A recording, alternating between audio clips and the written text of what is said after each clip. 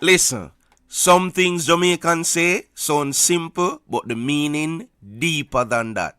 Now, if a Jamaican tell you, no watch no face, them not really talking about face. You don't know. What them really say is, don't study people, don't watch nobody opinion, just do what you have to do.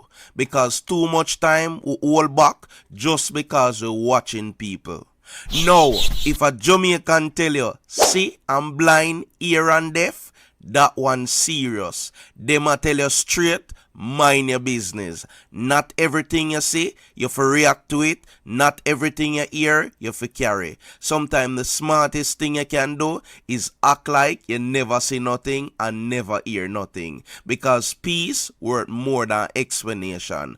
So we stay still, grounded. Things Jamaican say carry bare meaning. If you enjoy these, check out the book Things Jamaican Say versus what they really mean. Link in bio. As I go, you tell me. Big up yourself.